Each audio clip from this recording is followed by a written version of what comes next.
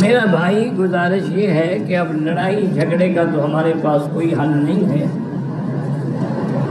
رفع یدین کرنے کی حدیثیں بھی موجود ہیں اور نہ کرنے کی بھی حدیثیں موجود ہیں، اور یہ محدثین کا قاعدہ ہے کہ جو حدیث بعد میں لکھیں گے اشارہ ہوتا ہے کہ پہلا حکم ختم ہو گیا۔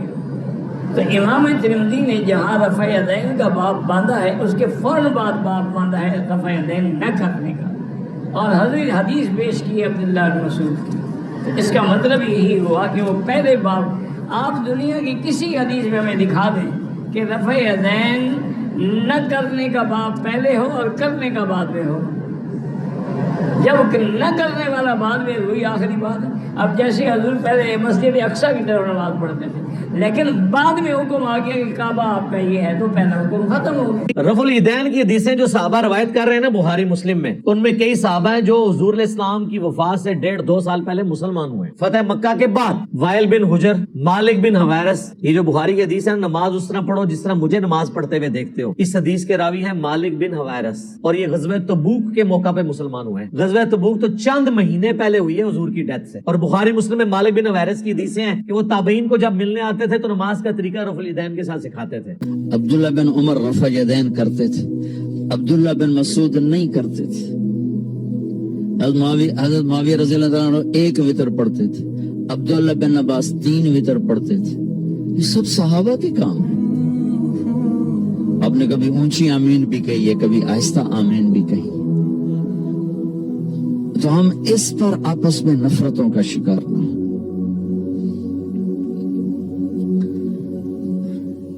ہماری جماعت آ رہی تھی تو ایک جگہ نماز کے لیے رکے، مغرب کی نماز تھی، تو امام صاحب نماز پڑھا رہے تھے، تو پیچھے کوئی اہل حدیث بھائی تھے، انہوں نے زور سے آمین کہی، سلام پھیرتے ہی امام آخر لگا کڑا کتا بھوکے، کڑا کتا بھوکے۔ جب امام مسجد اتنے جاہل ہوں گے تو بیچاری عوام کا کیا حال ہوگا؟ وہ بھی کوئی شیر دا پتر آئیوزا کیا سوراں نو کتے بھوک دی رہ جاندے، سوراں نو کتے بھوک دی رہ جاندے، مطلب دونوں نے ظلم کی انتہا کر دی۔ میرے نبی نے اونچی آمین بھی کی ہے، آہستہ آمین بھی کی، رفع یدین کیا بھی ہے، چھوڑا بھی ہے۔ اللہ نے اپنے نبی کی سنتوں کو پوری امتوں میں تقسیم کر دی۔ میرے نبی کے زمانے میں ایک اذان تھی جس میں اشہدو ان لا الہ الا اللہ، اشہدو ان لا الہ الا اللہ، اشہدو ان محمد رسول اللہ، اشہدو ان محمد رسول اللہ، یہ تو ہماری اذان ہے نا۔ ابو محذورہ اللہ کے نبی کی موجودگی میں ایک اذان دیتے تھے، اشہدو ان لا الہ الا اللہ، اشہدو ان لا الہ الا اللہ، اشہدو ان محمد رسول اللہ، اشہدو ان محمد رسول اللہ، اشہدو ان لا الہ الا اللہ، اشہدو ان لا الہ الا اللہ، اشہدو ان محمد رسول اللہ، اشہدو ان محمد رسول اللہ، 4 دفعہ کہتے تھے۔ مکے میں اذان ہوتی تھی، تو میں یہ بات کہا کرتا تھا کہ اللہ اپنے نبی کی ہر سنت کو زندہ رکھے ہوئے ہے، جس کام کو آپ نے زندگی میں 1 دفعہ کیا اور چھوڑ دیا وہ بھی کہیں نہ کہیں زندہ ہے۔ تو یہ اذان مجھے کہیں نہیں نظر آئی، میں کہیں سنی، خیال آتا تھا یار اے اذان کدی نہیں سنی۔ ابھی میں جب موریتانیہ گیا، موریتانیہ، تو وہاں میں نے اذان سنی تو یہ اذان تھی 4 دفعہ۔ تو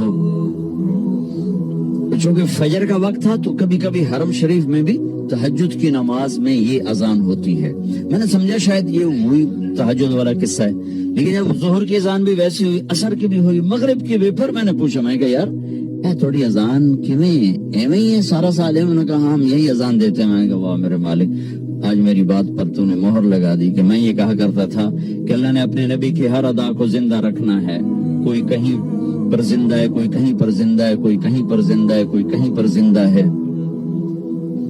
تو بھائیو امت بن کے رہو، مسلمان بن کے رہو، آپس میں نفرتوں کا شکار نہ ہو۔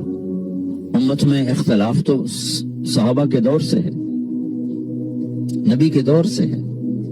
بخاری شریف کی روایت ہے، آپ نے ایک لشکر بھیجا یہودیوں کا علاقے پر حملہ کرنے، بنو قریظہ، فرمایا گئے من کان یؤمن باللہ والیوم الاخر فلا یصلین العصر الا فی بنی قریظہ،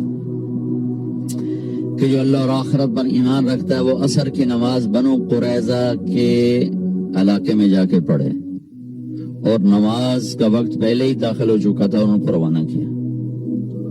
بنو قریظہ رہتے تھے قباء سے آگے، یہ مسجد قباء ہے نا، اس سے بھی آگے رہتے تھے، ان کے ابھی کھنڈرات وہاں ہیں۔ نماز کا وقت تنگ ہو گیا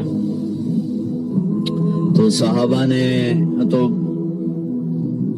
وہ لشکر میں سے بعض ہوا، بھائی نماز پڑھو، نماز قضا ہو رہی۔ دوسروں نے کہا بھائی اللہ کے نبی نے کہا تھا بنو قریظہ میں پڑھنی۔ انہوں نے کہا اس کا مطلب یہ نہیں تھا کہ قضا کر دو، اس کا مطلب تھا جلدی پہنچو۔ دوسروں نے کہا بھائی ہمیں یہ نہیں پتا، جو کہا ہے ویسے کریں گے۔ انہوں نے کہا بھائی ہم نماز نہیں چھوڑ سکتے۔ تو صحابہ دو جماعتوں میں تقسیم ہو گئے، ایک نے وہاں کھڑے ہو کے عصر پڑھی، ایک نے آگے جا کے قضا پڑھی۔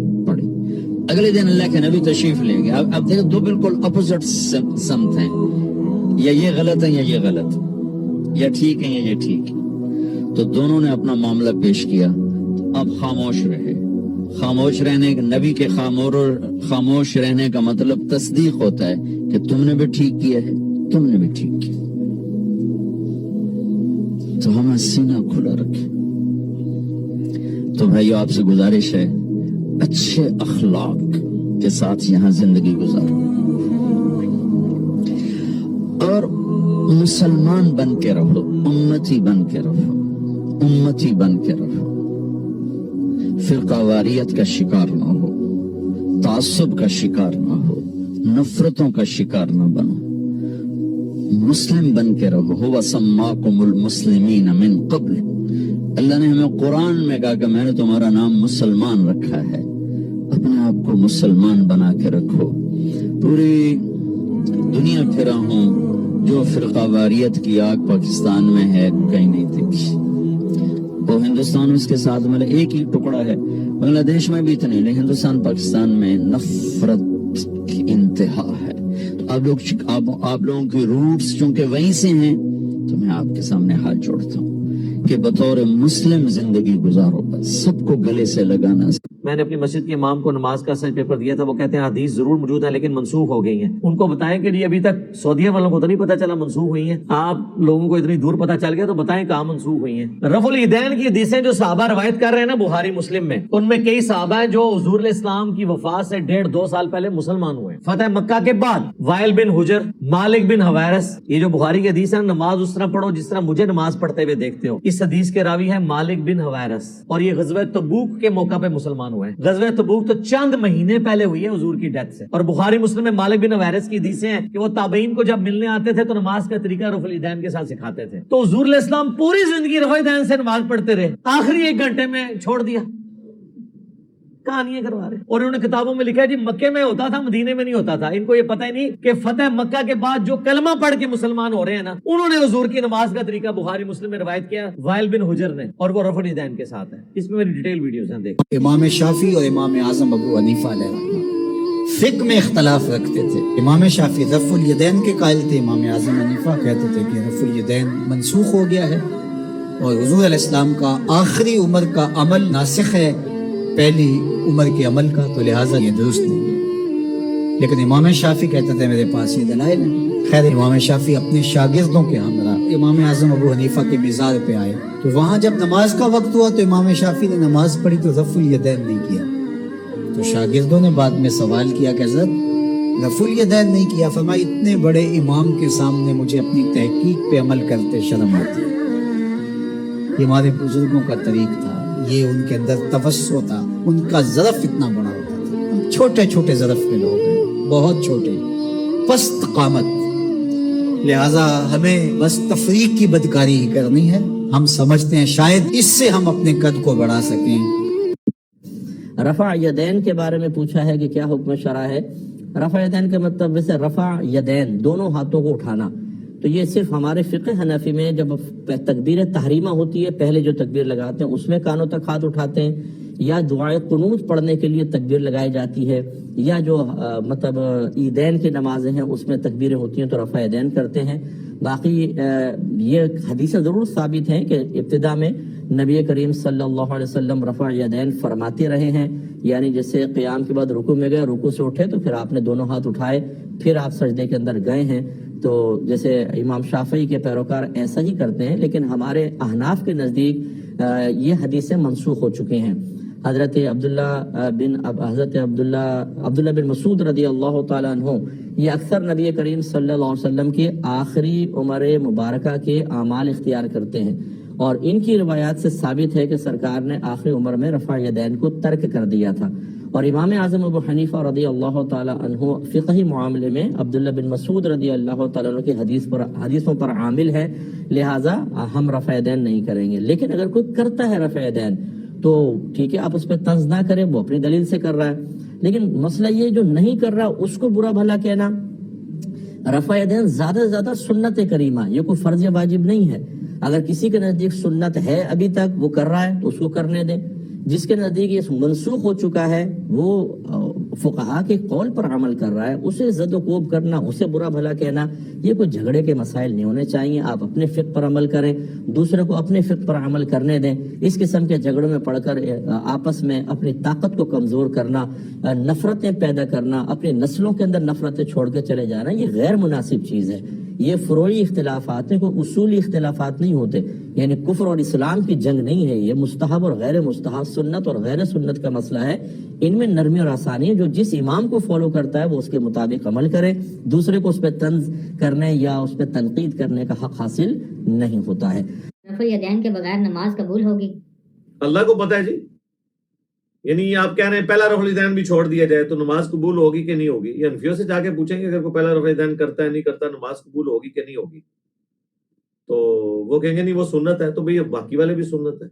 نماز کی قبولیت کا تعلق وہ اللہ کے ساتھ خاص ہے، ہم جنرل یہ بتائیں گے کہ اس کی نماز رسول اللہ والی نماز نہیں ہے بس۔